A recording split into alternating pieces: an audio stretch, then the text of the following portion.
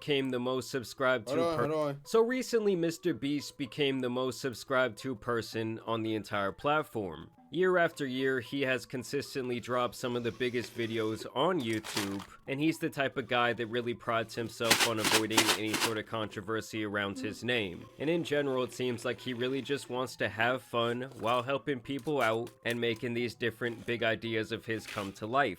But one controversial topic around him and his brand has been one of his best friends, Kris. Kris has been with Jimmy since the start of his days on YouTube and is actually one of his childhood friends. And over time, the audience came to know and love Kris like they do many of the other recurrent people on the channel. Well, you might remember last year we talked about Kris in a highly controversial video posted by SunnyV2, and the main topic being discussed in this video was Kris becoming, well, Kris with a K, and transitioning from a man to a woman. Needless to say, the reception for this video was really all over the place. Over the years, people had come to know Kris as a married Christian family man, so many fans and critics alike did find his transition to be a little bit jarring, including Nick Merckx, who has been very vocal about his opinions. Now, Mr. Beast has made it beyond clear that Kris is his day one best friend and he will always support him, even expressing displeasure towards people who had bad things to say about Kris and claiming that he is an amazing parent. Even till this day, it's like constantly a huge topic of discussion online, because not only is it such a hot topic in general, but he's also involved with the biggest YouTuber in the world. And now Kris is once again being discussed, and it seems like their past is coming back to haunt them in the form of some strange tweets. Above that, there's also some more recent allegations that point towards Kris having a Dr. Disrespect type of relationship with a fan. First, let's talk about this video that recently came out and now went viral that shows old tweets from Kris back in the 2017 to 2018 range. This video immediately connects Kris with a person named Shadman, who is known for his explicit drawings online, and he apparently got famous for depicting all kinds of disgusting things in these drawings, including underage individuals in these illustrations doing vile things. Like, anyone who thinks this stuff is okay needs to be thrown under the jail with the likes of EDP. Basically, weirdos use this art angle as a bypass to enjoy, though the legality of it does still seem kind of vague to me. Well, basically, back in the day, Kris posted a ton about Shadman, and even had his artwork up at his house in the background of an old Mr. Beast video. He also posted several tweets about enjoying this type of artwork in general, and other suggestive posts about several tweets about enjoying this type of artwork. This bitch looks so good for a 4-year-old.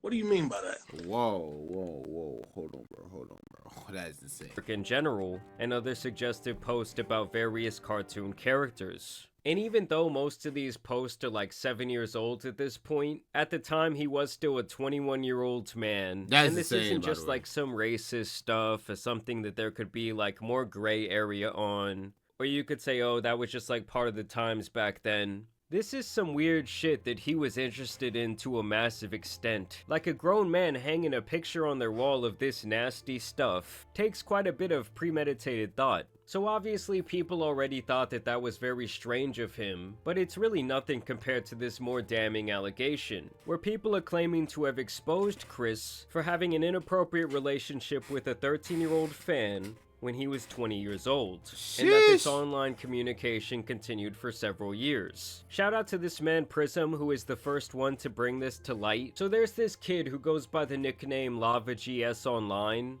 and it seems like he was a massive Mr. Beast fan back in the day, and even got to work for Jimmy at some point in the past helping with his gaming channel. It seemed like over the years they developed several channels of communication, from Snapchat to Twitter messages, Discord DMs, and private gaming sessions. Which, let me just pause the video right there and say that I already have a problem with that. Unless someone is like your cousin or related to you in some way, There is absolutely no reason that a 20-year-old needs to be having all these different private conversations with someone who's in middle school. Like, a 20-year-old should be out there enjoying their life, trying to do new things with people their age. And obviously, pretty much anyone with a platform online is going to have some fans who are kids. And so it's obviously the adult's responsibility to not be in like constant communication with them. It's really not that hard. Either way, he felt so comfortable with Kris, to the point that he was asking him about his addiction to adult cartoons. And they were having a lot of inappropriate banter publicly on Twitter when Lava was only 14. Guys, we are so close to our goal. Oh my god. One more Patreon and I'm releasing my nudes. And this is the part I have a problem with. This isn't a group chat. This is literally just him and this other guy that he's been talking to and that he's friends with online. Lava says, "I'm your first Patreon, big boy." And he shows that he donated him some money. He donated. Bro literally has paper of the chat logs and like evidence, bro. This nigga's literally making a case, bro. This is insane, bro. Like $1. Mr. Beast had to be like, I ain't gonna lie. If I'm Mr. Beast, bro, I just not a nigga in the video until this shit gets straightened, bro. At least like I'm not having in another video actually. Or something. So it's not enough to meet the goal. And he says, but not $5. Pathetic. Just kidding. Kissy face. I'll tell you what it means. It means that you're telling him that he needs to donate $5 so you can release your or whatever. He says, wait till my Twitch revenue comes in. Winky face. What does that mean? It continues. He says, check again, and he tags you, I think. At least that must be you, or he's tagging you.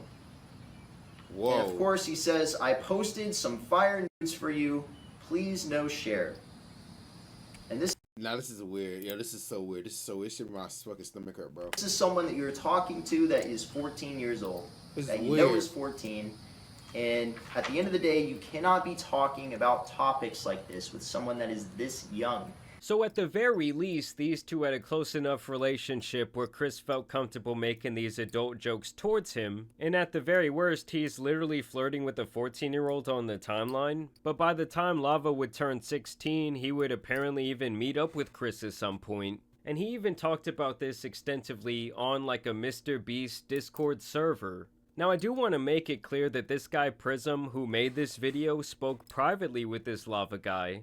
And Prism claims that Lava's statement is that nothing bad ever happened when they met up back in the day, and that basically their relationships never really got inappropriate. And as I'm editing this video, guys, Lava actually took to Twitter to make his own statement about the situation, where he says these videos are massive lies and twisting the truth. Ava never did anything wrong and just made a few edgy jokes. I was never exploited or taken advantage of. Can you do me a favor and comment on these videos and tell them to stop spreading lies? The situation takes away from children who are actively being exploited every day online. Yeah. I'm not a victim of anything being claimed in these videos or at all. And keep in mind, that's after this morning he removed all affiliation with Mr. Beast from his Twitter page. And now we have yet another update where Keemstar has jumped into the picture. He says that Mr. Beast connected him with this guy Lava directly, and that Lava is denying all of these allegations, and now claiming that him and Kris did not have any sort of private interactions. Yeah. And that when he went to meet up with Kris, that apparently his entire family... You got the niggas that be like, oh, he got paid off, all that shit, bro. You got niggas like that, bro. Dead ass. I guarantee it. And the Mr. Beast crew were present. I'm calling it right now, bro. Lock in. I ran a Discord with Kris Tyson when I was 13. Edgy and inappropriate jokes were said. That's it. So take with that what you will. And you guys already know, if there was going to be one person to defend Kris in this entire situation, it was going to be that fool Ethan is online, who last time we caught up with him was pretty much defending the sick people that they catch on Predator Poachers. So here he was trying to watch the video on stream where Kris got exposed for liking that very strange artwork. God, I hate how this is formatted like a commentary video and it feels like it was edited by AI. If you still think this is a coincidence, the next incident will definitely change your mind. On January 25th, 2019... It also sounds like it was written by fucking AI.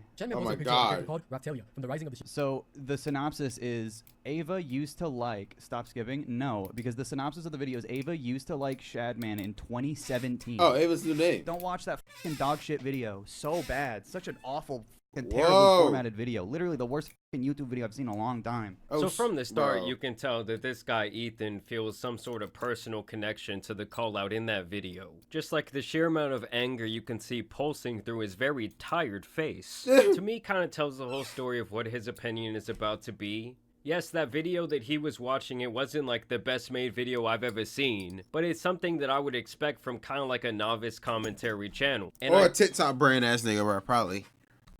do think it was very important for kind of kicking off this expose.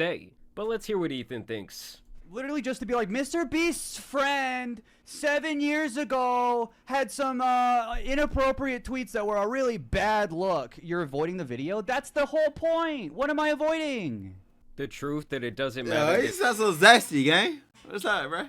it happened 7 years ago. This guy was into some absolutely diabolical shit. Didn't like most of the internet at the time with Shadman? Yes. For some reason, yes. So his excuse for this disgusting behavior is that apparently most of the internet, they were fucking with this nasty loser who was making these disgusting drawings. I mean, first of all, that just has to be a blatant lie. And to me, the shit he was into is just like inexcusable. I don't give a when it happened. Nah, he facts, was already bro. an adult man. I don't need to see the whole thing. It's bad. It's a bad video. And I think that he's claiming it's a bad video because politically it doesn't align perfectly with him. I'm sorry. It was 7 years ago. You know how many times this guy Ethan has likely judged people for things that they did more than a decade ago just because they do not align with him politically? Like, that seems to be his whole shtick, is that if you're a conservative, because he's very obviously a big-time liberal, well, it's just f*** you. He's never going to give you the benefit of the doubt. He's going to take your words and misconstrue them. But oh, when it's someone who's... It's something about Ethan, bro. This nigga's just shit, bro. This nigga literally just showing Ethan the whole time, bro. That's, yo. Okay.